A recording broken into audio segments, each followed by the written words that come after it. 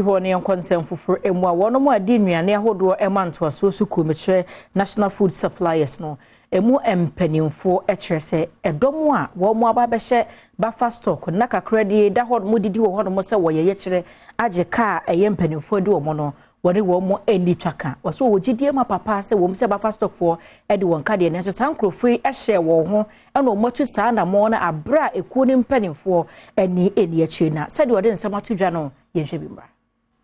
enuna Agric minister so bae obedru ha be se nwumbre 8:30 mu eko na de enwanwa ne se onya park ya o my instructions se yendum light na e wo ha nyina na pade ampa se adwempa na ode bae obekasa kire ama ebu ato yem obae media fo gu ha wo se media fo ndum mo camera mo bia nso camera ntu so nti esum na one ye bebɔ nkomo na adan tina ye ya beda ha 4 days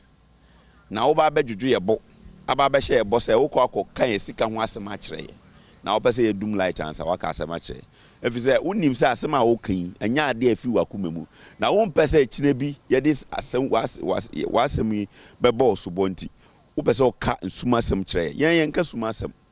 ye beda ha awia anadwo a ana ade san ade asan ye nti se wo baba beka asema akire ya ma yanhwe wanim yanhwe wani wa na wo de ye kasa no se de wa no de kɔ no nti se entro na wo twa ye behu